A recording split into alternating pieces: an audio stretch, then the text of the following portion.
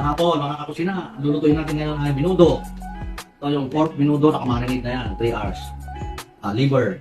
Tapos ito na yung tatas, nakababad sa tubig para di mangitim. Carrot, bell pepper, taka hotdog. Ipiprito muna natin yung mga gulay.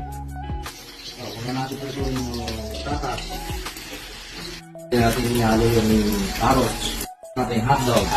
Kailangan iprito. Ito ay yung liver.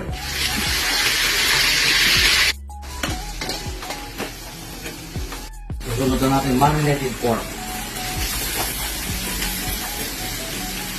Lalagay tayo ng daon ng laurel. Tomato sauce. Red Montreal. Saka tomato paste. Kaya ang barat nito, iahato natin. Pinagmarinitan. After 35 minutes ng slow fire, i-add na natin yung liver at saka hotdog.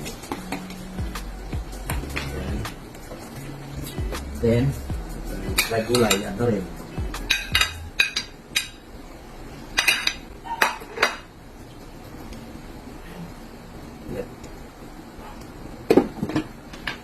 Noodles ready.